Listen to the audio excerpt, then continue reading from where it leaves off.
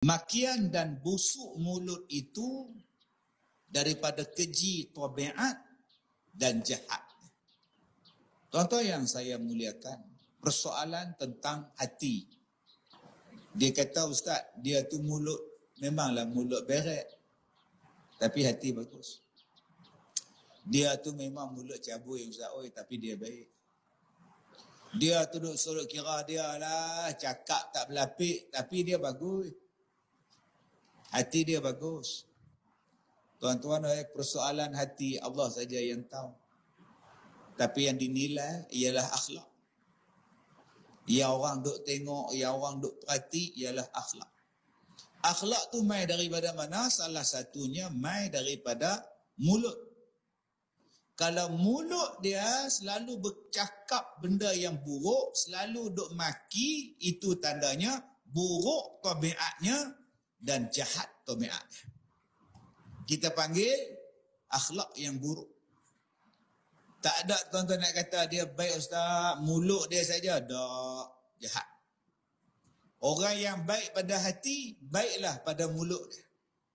Orang yang baik pada hati, baiklah kata-kata dia. Dia tak ada nak maki orang. Tapi hari ni kalau kita maki orang, seronok kita dengar. Kalau orang tu maki orang lain, kita ni tepuk tangan di bawah. Tuan-tuan nak jadi fasik ke? Penyakit sekarang ni tuan ni. Yang memaki itu pula disukai. Yang kena maki itu pula pada muka. Salah tu tuan. Hukum tak boleh. Maka yang dikeji akan dia oleh syarak dan ditegaknya daripada yang demikian. Maka sebab pun mempermaki itu ada kalanya qasad menyakiti hati orang yang dilawan. Maka ini banyak berlaku pada berkelahi dan berjawab dengan keras cakap. Baik, mai daripada mana maki ni? Dia kata yang pertama, maki ni khasat untuk menyakiti hati orang yang kita lawan. Contoh ada Ustaz? Oh, contoh tu sudut kira kita duk utara ni maki saja. Pelak dia. Tu maki ni. Pelak dia. Bewok dia. Babi dia. Haram jadah dia. Kepala papahan. Saya tu sikap selu-selu tu kau orang lain dengar. Saya apa dalam masjid duk maki, kita nak bagi contoh. Jadi kalau orang yang betul baik, dia tak sebut. Dia sebut pula mai hak dalam pokit, hak mai dalam seluar, hak mai dalam kain. Lagi tak bagi. Sebut pula keturunan orang, bangsa orang, lagi tak boleh. Jadi kalau jadi macam tu Ustaz, fasik. Kita hari ni tuduh fasik tu apa? Pakai seluar pendek fasik. Tak tutup aurat fasik. Minum arak tu fasik. Dia lupa. Satu lagi fasik, maki orang. Kita kata hang pakai seluar pendek ni, kalau anak hang nikah, hang tak boleh jadi wali. Hang fasik. Ui. Asyik.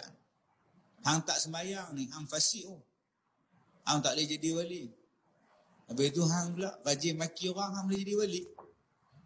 Naik qadi lambat hang maki, Tok Bilal lambat bang hang maki. Maki dengan Ustaz, saya tak makan daripada pagi subuh puasa. Masuk 7:17, dia 7:27 baru dia bang. Tak kena maki dengan saya, bodoh punya Bilal. Tak, masuk waktu ni dengan azan ke dengan waktu? Masuk waktu sembahyang ni dengan azan ke dengan waktu? Tu jawapan dia. Dia tak bang pun kalau dah 7:17 makanlah balong oi, walaupun dia tak bang. Tak, saya duk tunggu dia bang. Yang masuk waktunya bukan dengan bang, masuk waktunya dengan waktu. Nama pun masuk waktu, bukan masuk bang. Sekarang disiarkan azan menandakan masuknya waktu.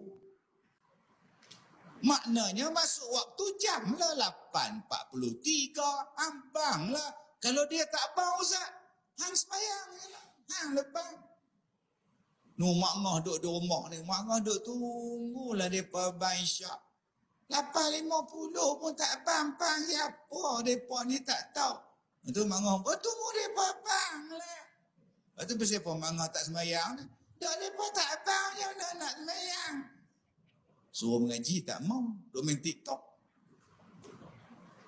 Bila orang lambat bang, bodohnya bila.